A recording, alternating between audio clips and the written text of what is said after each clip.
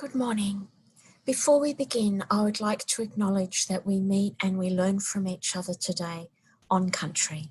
I'm coming to you from Gadigal land, the place now known as Sydney, and I pay my sincere respect to elders past, present and emerging, and I extend that respect to any Aboriginal and Torres Strait Islander peoples who might be with us here today. Good morning. For those of you who don't know me, my name is Rachel Franks and I'm the Coordinator of Scholarship at the State Library of New South Wales. And one of the best parts of my job is curating this, the Scholar Talk program, which highlights some of the fantastic research that's done by the library's fellows. Today, it's great to welcome so many of you here on a bit of a cloudy Sydney day, and a special welcome to friends from Victoria who are also logged on and joining us this morning. Today's speaker is Dr. Ian Hoskins, and he was the library's C.H. Curry Fellow in 2019, and he spent his fellowship working on a history of the Pacific, which we'll be learning a little bit about today. If you have any questions for Ian, please use the chat feature on Zoom and we'll be looking at those questions and answering as many as we can after Ian's presentation today. Now, I do have to let you know, please don't adjust your computer screens. Ian is coming to us this morning from a vintage device, so he actually doesn't have a camera, but he is really there in his office and he'll be sharing some beautiful images of the Pacific this morning. Thank you, Ian. Okay.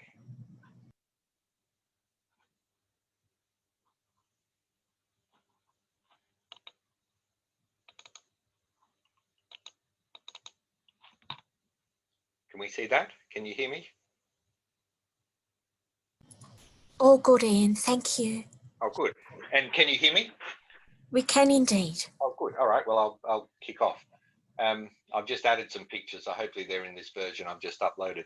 Thanks so much, Rachel. It's great to be here. I really do appreciate your help this morning and all your help last year, and Shari Amory's help. I spent some time in the Dixon reading room, which meant I had to be accompanied, something I hadn't really understood beforehand, and Rachel and Shari had to take time out from their desk to make sure I wasn't stealing books, but it took some time and it was a wonderful experience for me. And thanks also to Richard Neville for making me the C.H. Curry Fellowship. I should acknowledge the Camaragal people. I'm speaking to you from my office at Stanton Library, which is in North Sydney, as Camaragal territory on the north side of the harbour. And as I tell people whenever I give a talk, Camaragal land entered the Sydney property market in 1794 with the first land grant, which I'm sure they can get a share of. Okay, the title of my C.H. Curry research took inspiration from Bernard Smith's. Oh, how am I going to move this? I'm sorry. There we are. Bernard Smith's Imagining the Pacific, which was published in 1992. And that followed the magisterial European vision in the South Pacific, first published in 1960. In both, Smith saw the Pacific as an ideological construction of the European imagination, particularly as that was manifest in art. I'll talk more about the context and impact of Smith's work later, as it falls within the century of my purview. Suffice to say initially that he examined the impact of the region upon the Enlightenment imagination in the period of exploration and early colonisation. He also placed Australia well and truly within the Pacific as a field of study, something that hadn't happened before and has not happened enough since. For Smith examined representations of Aboriginal people as well as islanders. The comparisons he suggested help set in relief the idea of noble and ignoble savage, which the historian traced over the century or so of his study to the mid-1800s. Well, I thought it would be useful to examine the European vision in the next phase, when Enlightenment and Christianity began to change the Pacific, and in turn, when those engines of earlier European expansion were challenged by social Darwinism and the exigencies of colonial consolidation and nationalism.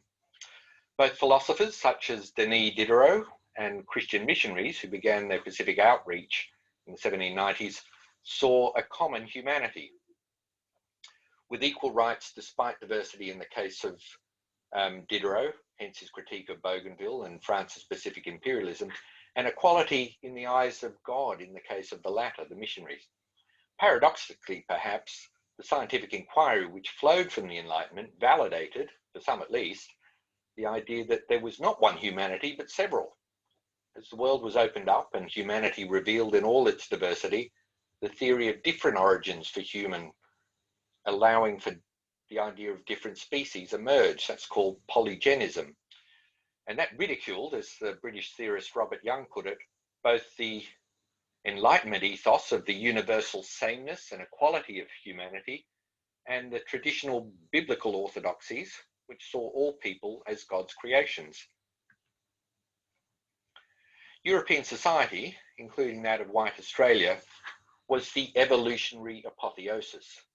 Those from primitive cultures, to use pioneering anthropologist Edward Tyler's famous phrase, might variously be catapulted along the evolutionary line by the benevolent intervention of Europeans, or they might be allowed to die off with humane mediation, or they might be exploited according to the mandate of racial superiority. All reactions were prevalent in white Australia's interaction with its Pacific neighbours. Well, today I'll give the perspectives of a variety of people uncovered during my tenure as the C.H. Curry Fellow at the State Library. And those will be men associated with the Royal Australasian Geographical Society, there'll be a missionary, an administrator, the historian Bernard Smith, and the poet James Macaulay. A chronological line of voices that will take us from the 1880s to the 1960s. My paper focuses on Papua in New Guinea. The book, which will be published next year, covers Australia's broader relationship with the Pacific. And if you have questions about that, by all means ask them at the end of the talk. One of the key ideas which runs through this paper and the forthcoming book is difference.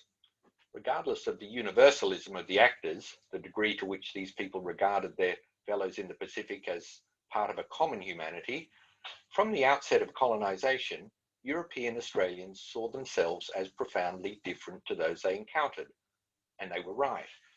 They were globalists in the way that islanders simply were not, despite the remarkable navigation skills of the Polynesians who enacted the last great human migration into the unpeopled Pacific. For Europeans, the world was an oyster. For Australian Europeans particularly, the world was an oyster to be shucked, whether the goal was souls, commodities such as sandalwood or cheap labour. Blackbirded indentured labour began in earnest in the 1860s, or scientific answers about plants, people and other animals. They had the power of Britain to shore up their sense of entitlement, their superiority, their certainty. From 1859 to 1912, Sydney Harbour was the base of the Royal Navy's Australia Station and thereby the point from which British interests were projected into the Western Pacific. By the 1870s, however, Australians were beginning to view their interests in the Pacific in rather different terms to their brethren in London. We can trace the beginning of the long debate about Australia's independent security needs, still regularly aired in the media, to this time. The colony of Queensland unilaterally annexed the islands of the Torres Strait in two stages, 1872 and 1879. The first took the lands within 60 miles, 96.5 kilometres, and the second, every island to the coastline of New Guinea. The colony thereby became a coloniser. An administrative centre was established at Somerset on Cape York, then on Thursday Island, amidst the archipelago which petered out north to New Guinea. One goal was to secure the trepang and pearl shell industries, which had become the focus of colonists including James Patton and Robert Towns, whose commercial enterprises had once ranged far to the east and who were in the 1860s beginning to consolidate Pacific waters closer to home. 5 pearl luggers in 1870 became 109 in 1877.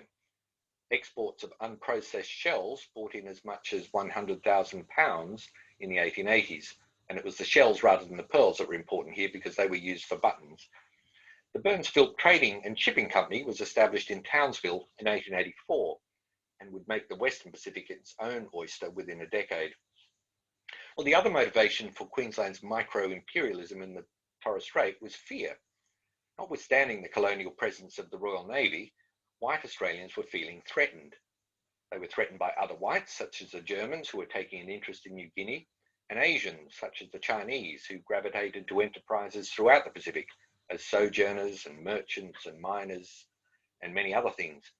In time, white anxiety turned towards the Japanese, whose ability to replicate the industrial prowess of Europeans added the threat of military conquest to that of notions of racial contamination, which were taking hold as one manifestation of polygenism. Many white Australians urged Britain to annex Papua and New Guinea before the Germans established themselves there. The Geographical Society of Australasia, later the Royal Geographical Society of Australasia, was formed in Sydney in 1883, specifically to advance colonial interests in New Guinea. The Mitchell holds an extensive collection of the Society's papers. As I delved into these, I came across an 1891 flyer advertising the first Sydney appearance of the American journalist Henry Morton Stanley, who had famously found David Livingstone near Lake Tanganyika in 1871. Dr. Livingstone, I presume, I'm sure you've all heard that. It helped put the activities and interests of society into some context. This was the heroic age of European exploration, or at least its tail end. White Australia had its equivalent of deepest, darkest Africa in Papua and New Guinea. And the Society's first major endeavour was the preparation and launch of an exploratory expedition to the island. It advertised for recruits in Australian newspapers in 1884 and received a flood of replies over many months from men eager for adventure. They make for interesting reading, providing insights into the thinking and skills that went into exploration and empire building. The responses came from across the British Empire, evidence of the shrinking world and common cause among whites. 29-year-old Broome Witts was one of the first to present his credentials. Quote, "Hearing that an exploring expedition is being garnered to open up New Guinea," he scribbled, "I write to volunteer for it in any capacity." Witts had worked as a planter in Ceylon and hunted elephants. He was used to tropical climates and to, quote, "dealing with natives, having worked labourers belonging to 3 Indian tribes. He could also," he said, "skin and preserve birds and animals." Well, Richard Searle, formerly of the Natal Mounted Police in South Africa, thought the expedition held out the promise of righteous violence. His was a rather frightening letter. He had heard of the recent killing of whites by local people and was keen on punishing those responsible. "My age is 24, he wrote confidently. "I can ride well, dismount quickly, and fire a good shot at moving objects," presumably fleeing Papuans. J.P. Thompson's qualifications anticipated communication rather than confrontation. A government surveyor in Fiji, he outlined his suitability thus: "My experience in the South Sea Islands have given me a thorough knowledge of native habits and customs, tribal law and land laws, and the great advantage I have in Fiji in connection with European and native land claims, and my knowledge of the native language, the working of foreign labourers, together with a good constitution and power of endurance to stand the trials of a tropical climate, ought to qualify me for the task I ask." The men of the 1885 expedition, which ensued, boarded the Bonito, the Australasian Steam Navigation Company vessel, insured for 6 months for the considerable sum of £1,500 with the South British Fire and Marine Insurance Company of New Zealand for a variety of circumstances, including the risk of capture and seizure by the natives of New Guinea. They were expecting trouble.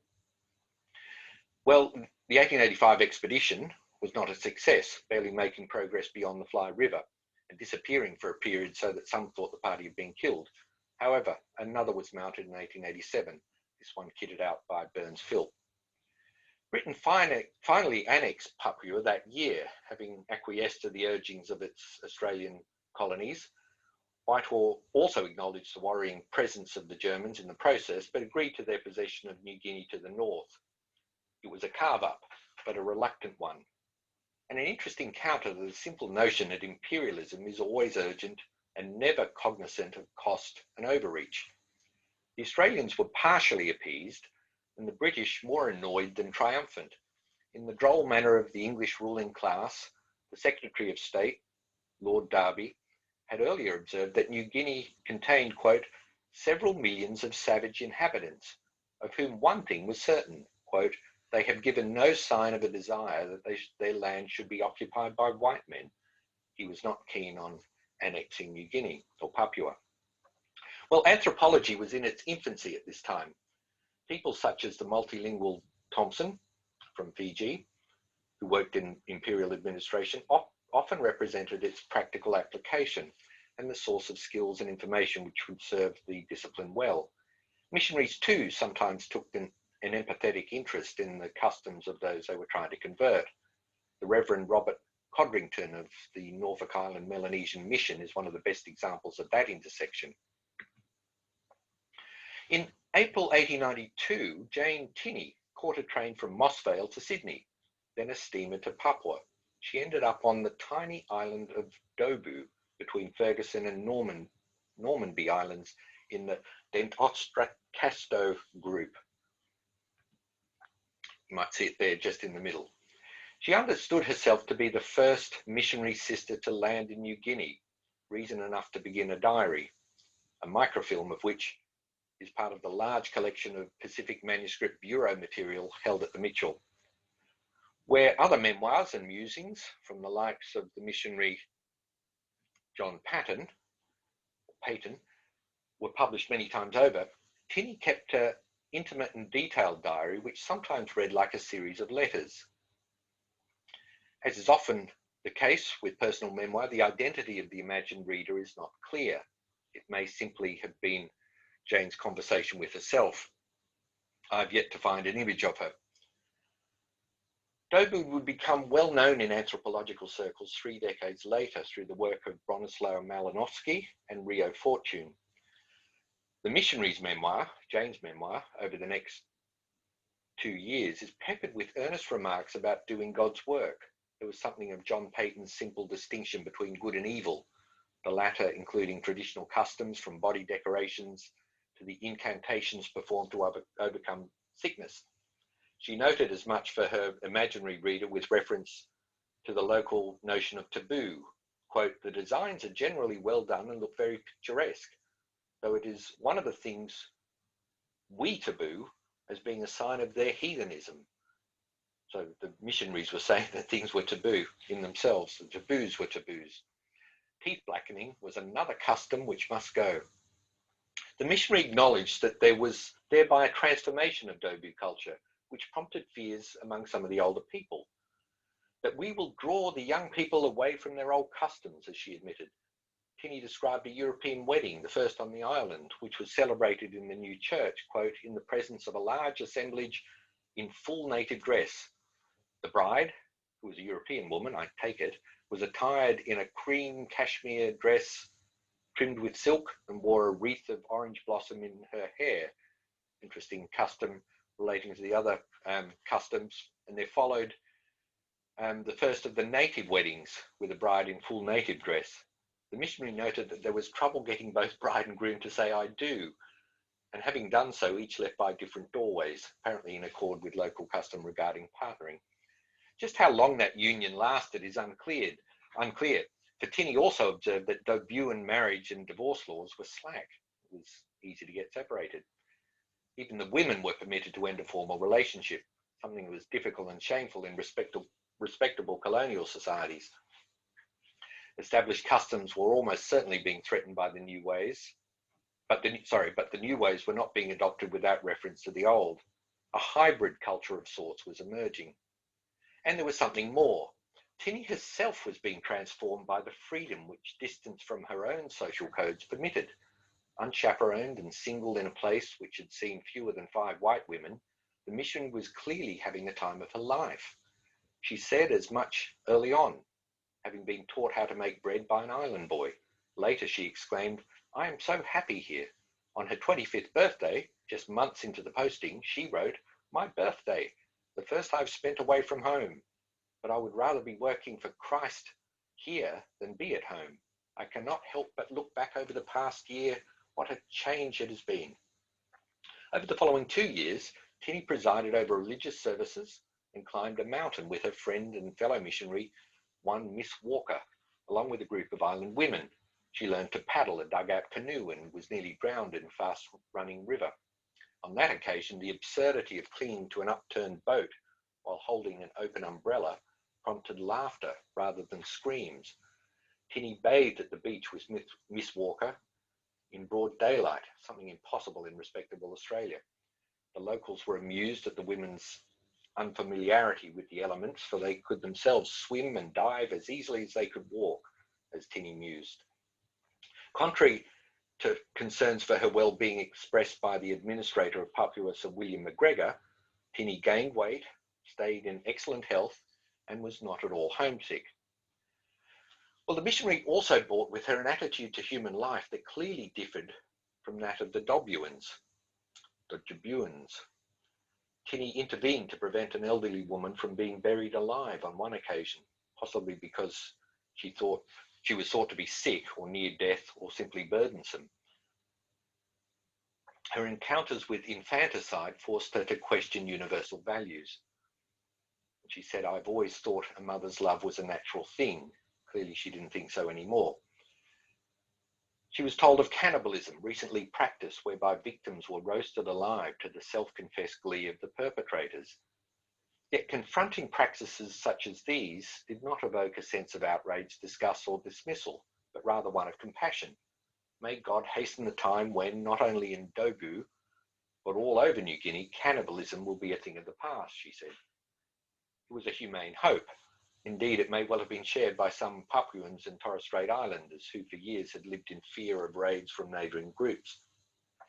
In January 1895, Tinny heard of the killing of a white man, one of a group of 10 miners by Papuans, and she reflected, "So far, I think more men have found their graves and found their fortunes in New Guinea." She wrote that without obvious condemnation of the killers. She continued, "We get a number of callers here now, far more than we used to. Last Monday there were 3 cutters and a steamer, all belonging to traders anchored here at once. The markets of the world were finally, perhaps inevitably, bringing the intrepid and the desperate, the hard and the practical, to tiny Dogu, searching for commodities rather than souls." There was a clear sense that Jane Tinny's newfound world was changing too.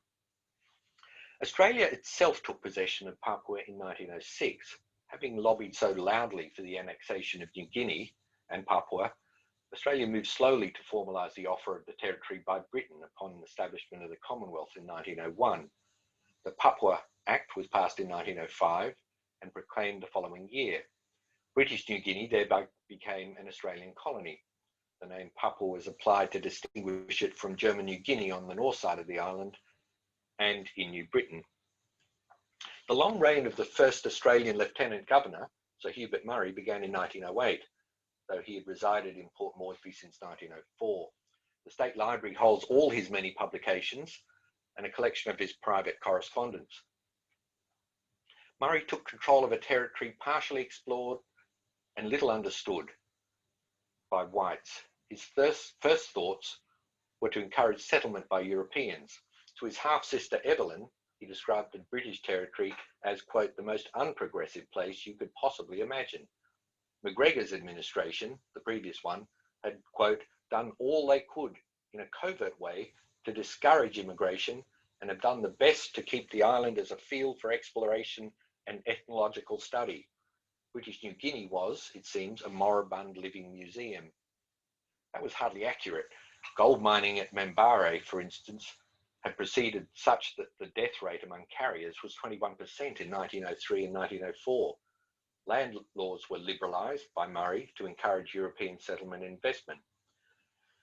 But the new Lieutenant Governor's views diverged markedly from those of his deputy, Miles Stansforth Smith, who was also the Commissioner of Mines in Papua and had been a rival contender for the position as Lieutenant Governor.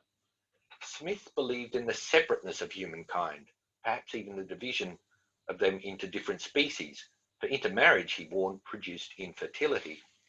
Murray, for his part, thought that Western civilization undoubtedly was superior to anything in the Pacific, but he also believed in the unity of mankind. Quote, the idea of a black or brown man who is not really like ourselves is probably responsible for many of the worst outrages that have been committed. Equally egregious was the related notion that the native was a child. That fallacy undermined cross-cultural understanding and thereby impeded the administration of effective policy and justice. For how is a child to be tried for murder or other crimes? Murray's optimistic anticipation of white settlement, which encouraged plantations on which local people could be employed, gave way to a dual policy, which no longer viewed natives simply as the, quote, hewers of wood and drawers of water for European settlers. Rather, the aim was to create, quote, a form of civilization which may appeal to him, the Papuan, more readily. The local tradition of cultivation could be developed to create market-based native plantations, which would operate in tandem with subsistence gardening. With the establishment of the League of Nations and the articulation of its liberal ideas on the condition of colonies and mandates, Murray readily declared a watershed moment in colonial administration. Local people could no longer be regarded as assets, he wrote in 1925. Neither was a colony to be viewed as a business proposition. Rather, primacy was to be given to the well-being of Indigenous people. They were to be afforded dignity. Rugby was a favourite of Murray's, and he was keen to introduce it with the help of the missions. He noted its promise in 1929 with a characteristic dry humour which barely hid the magnitude of his challenge. Football, quote, must at best seem but a milk and water substitute for a headhunting raid, but could not go far to satisfy a Papuan's craving for bloodshed. Still, it is the best we can do, and when the old traditions of blazing villages and bleeding heads have died out at last, it is quite likely that the young men will lose the lust for murder, which is so curious a feature today. That the introduction of a recently invented English game was the best that could be done to replace a well-established cultural practice on the other side of the world is perhaps some indication of Murray's dilemma as a harbinger of change. Nonetheless, football, in the league variation of the rugby code, would take hold as a national game in later decades, and Port Moresby's main sports stadium arena is named the Sir Hubert Murray Stadium. Local whites became uneasy with developments in Papua as early as 1911. Murray was all rather too soft-hearted. White pioneers were not being encouraged enough, was the complaint aired in the local settler mouthpiece, the Papuan Times. In 1920, the White Citizens Association of Port Moresby met to call for Murray's replacement by Staniforth Smith, the hard man who nearly got the job back in 1906. The Lieutenant Governor and his administration had, quote, lost the confidence of the white residents through its hostility to progress and its contempt for the white race. Well, Murray stayed on despite the enmity, passed over for the job of administering the mandated territory of New Guinea in 1920. He served as governor of Australia's colony until 1939. During Murray's term, anthropology emerged as an academic discipline in Britain and the United States. A professorial chair was established at the University of Sydney in 1925, with somewhat reluctant support from the Australian government and more enthusiastic insistence from the Rockefeller Foundation in the United States. It was filled by the distinguished British anthropologist Alfred Radcliffe Brown. Murray increasingly saw the discipline as an instrument for understanding those he was charged to protect and change, rather than an end unto itself. He was open to anthropological research, provided he could determine what was changed and what remained the same. He worked well with the administration's anthropologist, South Australian-born F.E. Williams. Both shared a suspicion of the academic emphasis on cultural integrity. Culture was, Williams thought, a sorry tangle, and working to identify and end some of its more damaging aspects was part of the work of the colonial administration. Well, the New Zealand-born anthropologist Rio Fortune thought that preserving that integrity was all important. With the financial assistance of the Australian National Research Council, established in 1919, he had travelled to Dobu, where Jane Tinney had been, researching practices that would inform his book The Sorcerers of Dobu, published in 1939. Jane had long departed the island, but it was still part of the Australian colony of Papua, and permission had to be gained from Hubert Murray in order to carry out the research there. Having received that in late 1927 or early 1928, it was soon apparent that the two men did not agree on the role of anthropology. Furthermore, Fortune's project highlighted the ethical dilemmas confronting modern anthropology, whose practitioners changed, by virtue of their presence and documentation, the very practices they wanted to observe and, in this case, preserve. While what was called garden magic, ritual used to improve food procurement, was tolerated, punitive magic was forbidden under colonial law. Fortune's work revealed that such black magic was still practiced extensively on and around Dobu, and he was concerned that his research might lead to its suppression. "I will not act as a spy," he wrote to Murray in April 1928. "My sympathy is with the native. Sorcery, burial rites and all. Government snips now and then at a leaf or two and does nothing to the roots. The growth is strong and resistant. Punishing such activities only led to further secrecy, something that was not good for natives and certainly frustrating for the scientist." The correspondence between Fortune and Murray is revealing of the conflicting interests stirred up by the colonial administration and anthropological inquiry, and is no less fascinating for the suggestion of cultural retention despite the recent efforts of the government and 40 years of work by missionaries such as Tinney. Before he returned to Sydney in late May 1928, Fortune suggested that the locals actually might rise up against the administration. Confronted by that information and the anthropologist's earlier letter, Hubert Murray decided the New Zealander was, quote, "a little mad."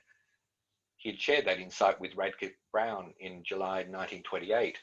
For his part, the professor thought that the whole of their social system, that is the Papuans, seems to rest on the basis of sorcery and magic, and therefore the future of traditional culture on Dobu and other islands was bleak.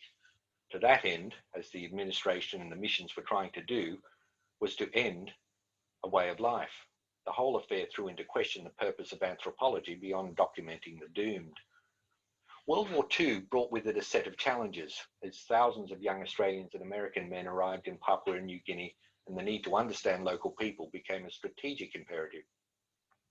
An organisation called the Allied Geographic Section, the AGS, Southwest Pacific Area, was created to compile information relating to the landscape and its people.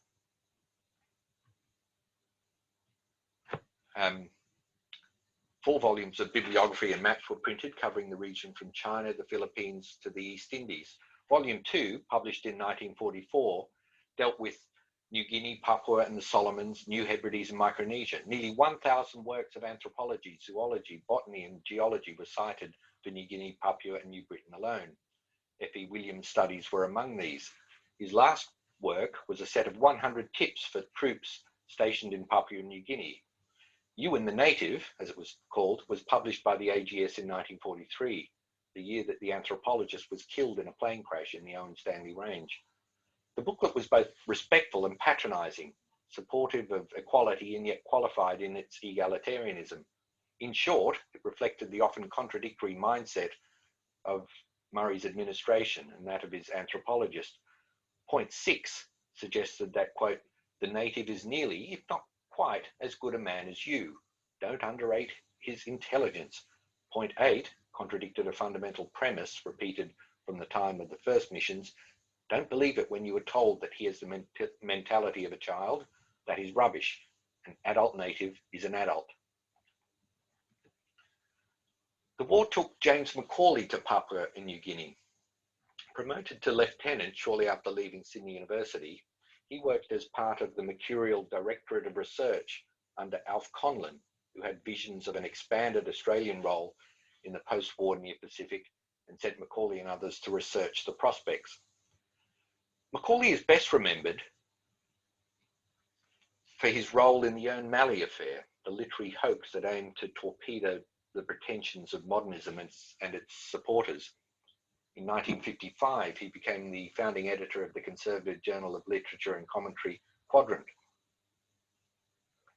Less well known is Macaulay's career as an educator and commentator on Australia's Pacific policy, in particular its role in Papua and New Guinea. In the years after the war, Macaulay lectured at the Australian School of Pacific Administration and wrote regularly for publications such as South Pacific. The Mitchell holds Macaulay's professional correspondence as well as all his publications.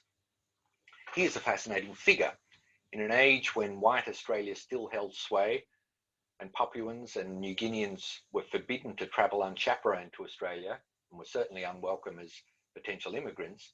Macaulay wrote sensitively and intelligently about the situation in the territories. He travelled there many times, and New Guinea started to impact upon his poetry and his politics. It was there that he encountered the Catholicism which would change his life. He met some French missionaries in the Highlands. In an essay published in 1953, Macaulay explored Australia's future in New Guinea and made the radical suggestion that complete incorporation of the Melanesian territory into the Commonwealth, rather than creation of a poverty-stricken republic on Australia's border, was the best option for all involved. It could only work, of course, if the local people could travel and work freely in Australia, most likely Queensland, and thereby realise aspirations to higher living standards that would accompany absorption. That, of course, required the end of white Australia, of which Macaulay was no supporter. If such a path was to be followed, he argued, it should be taken sooner rather than later, before the emergence of a nationalist sentiment infused with the bitterness that would be the inevitable result of decades of insult to, quote, the sense of personal being and self-respect of a people at the hands of white expatriates. So New Guinea should become part of Australia. That guarded optimism dissolved into frustration and cynicism in the face of the challenge of providing development in the absence of some greater goal. Australia certainly wasn't prepared to absorb Papua and New Guinea into its territories politically. Modernity, whether pursued by free market capitalism or centralised socialism, was the problem. It drove people into cities, ate away at the sinews of community, and eroded the basis of meaning in both developing and developed societies. Macaulay wrote his last major piece on the territories, called My New Guinea, in 1961.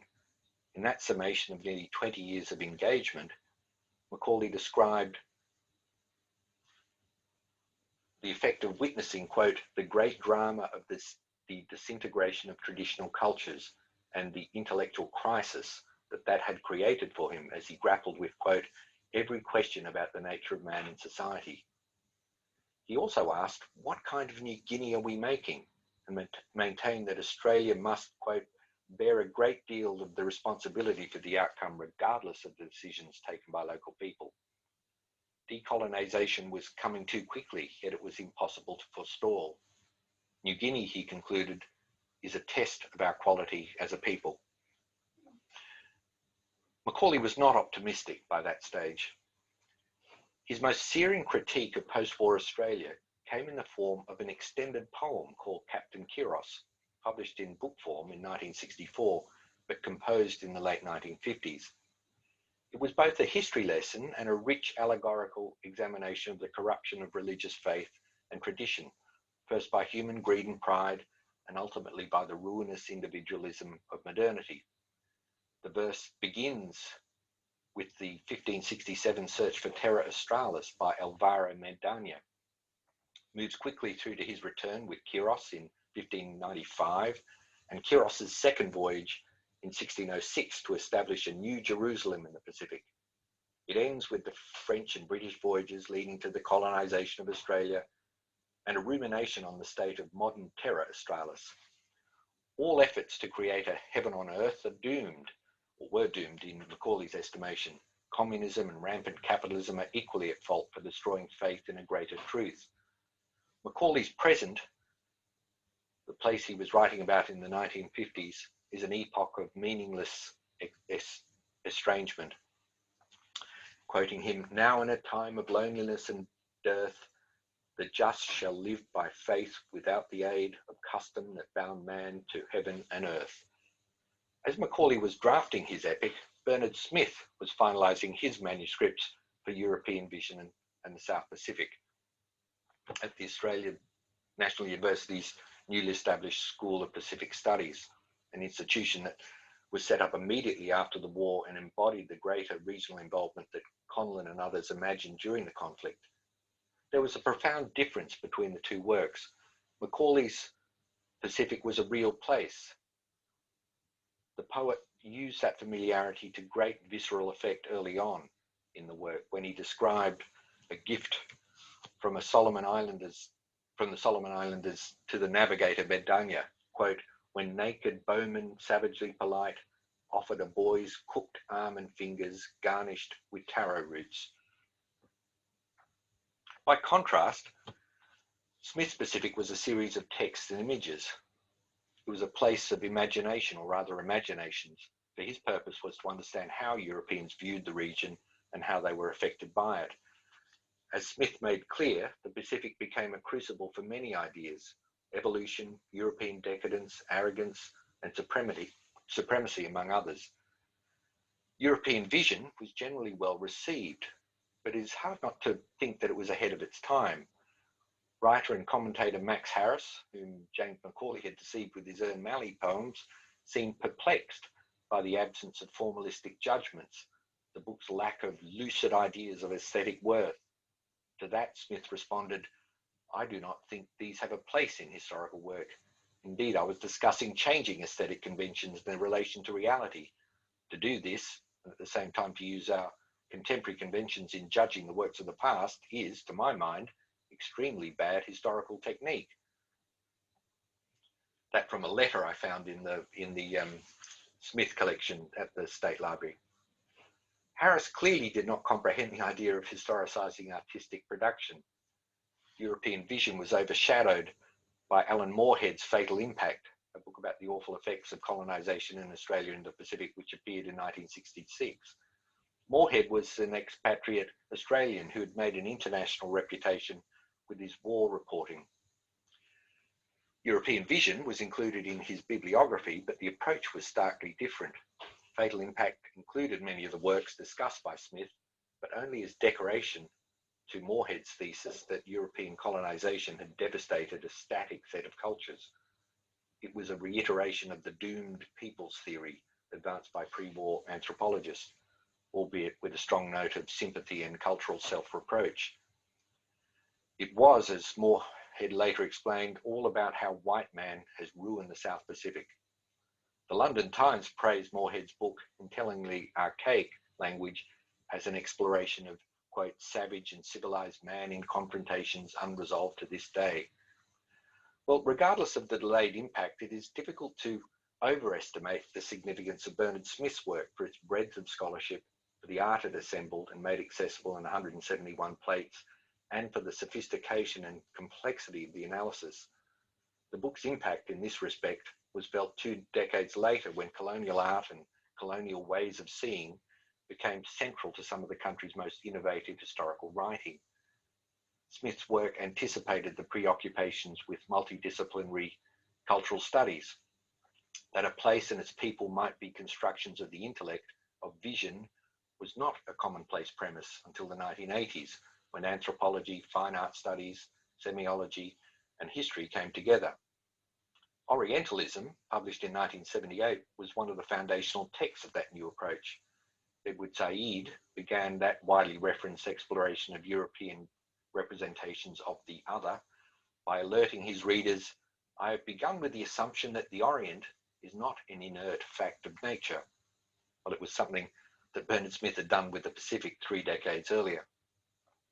The value of Smith's work was not that in what it said about Indigenous cultures of the Pacific, but what it revealed about the Europeans who came afterwards.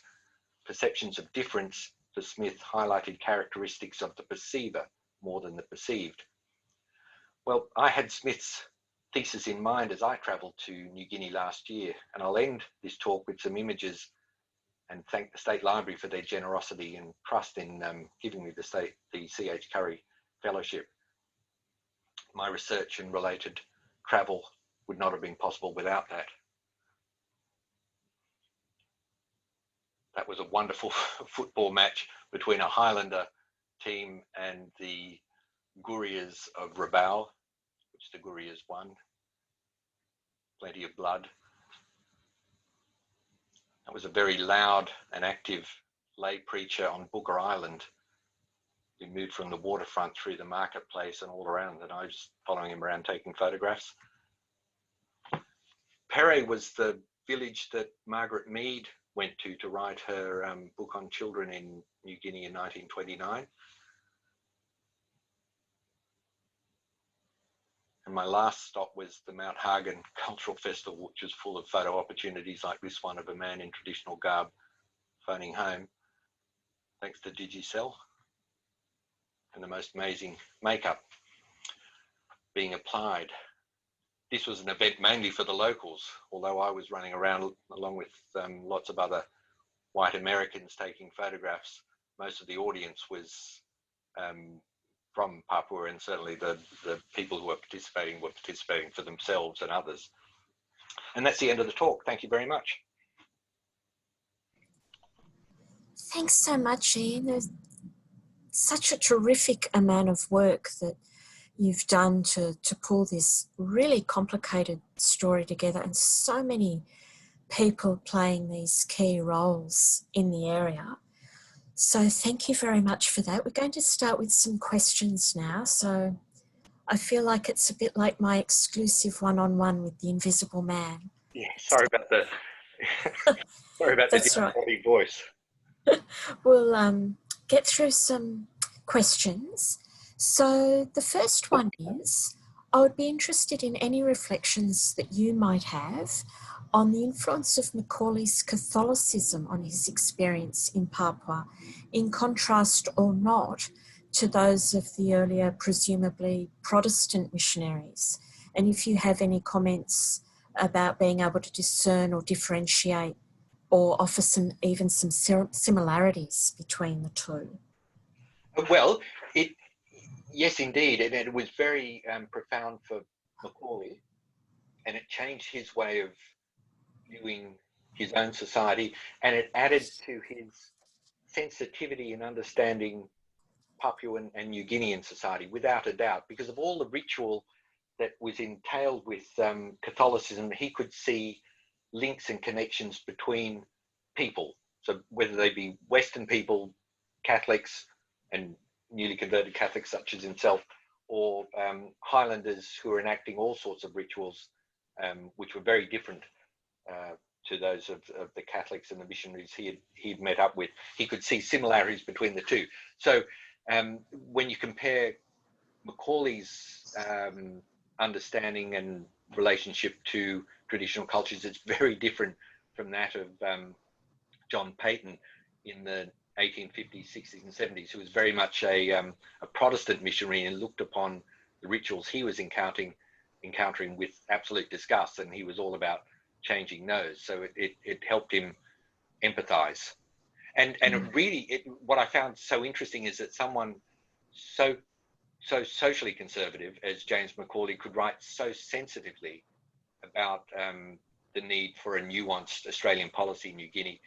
And he was a conservative in white Australia, advocating essentially for Papua New Guinea to be added as other states of Australia in the 1950s. There were certainly some very extraordinary quotes from his material that you shared with us this morning. I was also struck by the comment, searching for commodities rather than for souls. I think quite insightful, seeing what was coming, at least, in that area. So another question coming in. You'll be working to publish some of this material. Which elements of the story that you've told today will you be pursuing in more depth? Well, all of it. Yeah, all of this will be in the book, without a doubt. And I can't overemphasize how helpful that year was at the State Library. The material I uncovered, a lot of it unpublished. So there was Smith's papers, there were Macaulay's papers, there was the Geographical Society papers, there were many diaries, of planters in New Guinea. I just found it so helpful and managed pretty well to weave it all in to the manuscript, which I have finished in its first draft and has had some comments made by readers, and I'll be working on those, and hopefully we'll finish that second draft in mid-November, and then that book will come out next year. Yeah.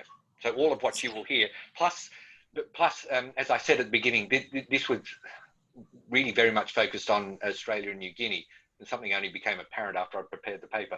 But the book itself will be far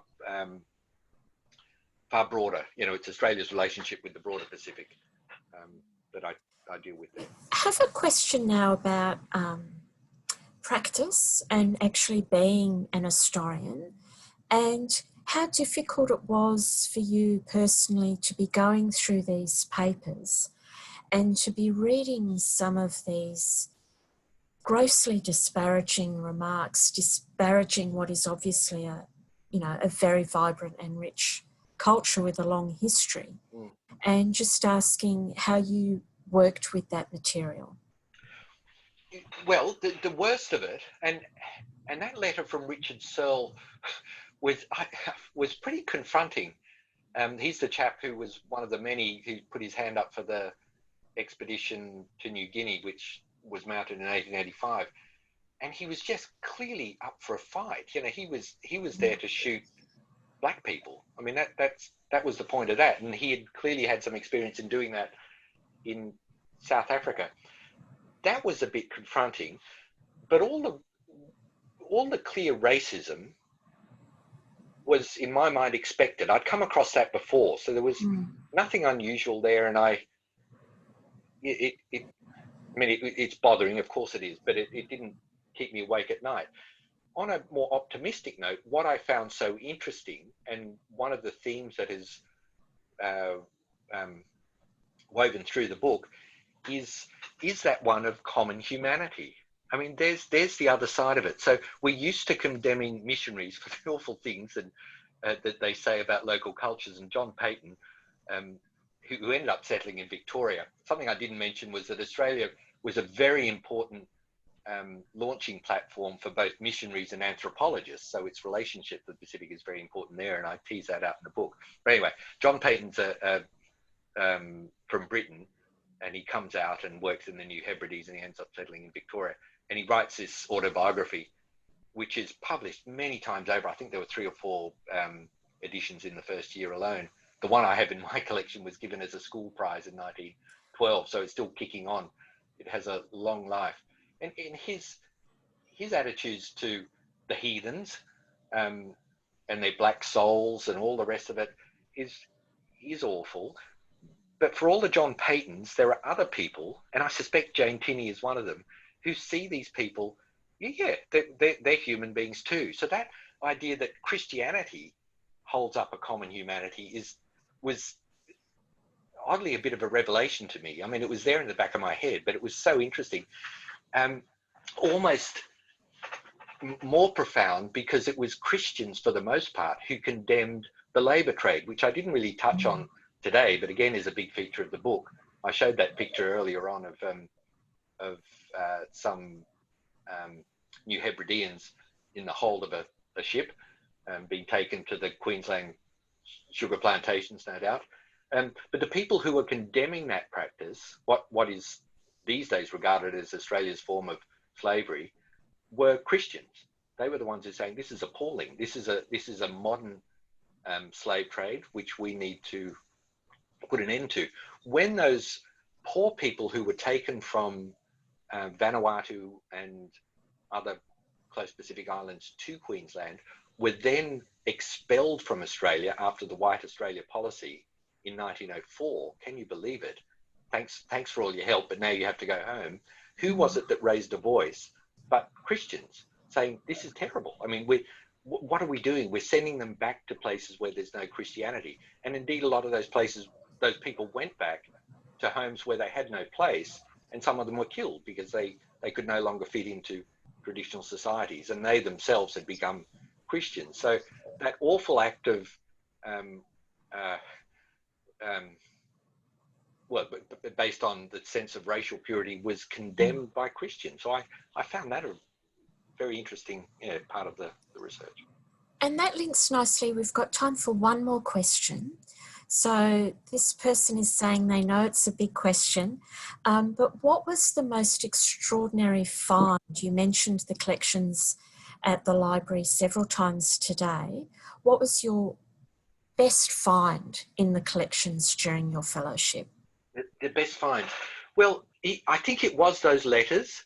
It was the letters and the documents along with them for mounting those expeditions. There were 3 all up, I think, to New Guinea in the 1880s and into the 1890s by the Royal Geographical Society of Australasia. So there are the letters from Richard Searle and others. So you get a really visceral, hands-on, because you're literally handling these letters with clean hands. I hasten to add. These are people applying. But then there are the inventories. So this is what we will need. And you'll see all the kit. We'll need 3 Winchester rifles. We'll need this type of gun. We'll need these nets. We'll need those, the plant boxes. And they were all listed out, and that was fascinating. It was, that was really wonderful. And there was one letter written on Thursday Island. So I mentioned Thursday Island earlier on because that's the launching place for these expeditions to New Guinea, and is central up there in the administration of the Torres Strait, where a guy has been asked to look over all the kit that's been put together in Sydney and has found its way up to Thursday Island, and he's saying these guns are rubbish, they're not going to work. They've bought all this stuff and they bought the wrong ammunition. So there's an insight into how things can get fouled up too. And that's possibly a good thing. It was possibly a good thing, yes, but for all that planning and practice, and to get as far north as Third Island and have to leave the redundant bits behind, I thought that was an insight too. Well, thanks so much, Ian. That's all we have time for today. Don't forget there's lots happening. There's lots on the program for your library at home. If you're interested in more history, we have History Matters tomorrow night at 5:30 p.m. We're talking about disaster histories and why they are so important. And of course, the Scholar Talk series will be back next month on the 3rd of November. It's the last talk of the year, so please don't miss it. Kate Forsyth will be presenting her research on Charlotte Atkinson, who wrote Australia's first children's book. So do join us next month. And if you're keen for more of Ian's research, his book will be published by New South next year, as he mentioned, and his latest book on rivers is available now. It's so new, Ian hasn't even seen it yet, but it is available in stores and at libraries. I hope it looks good. Thank you, Rachel. Thanks, Ian. Thanks, everyone, for coming. See you next time.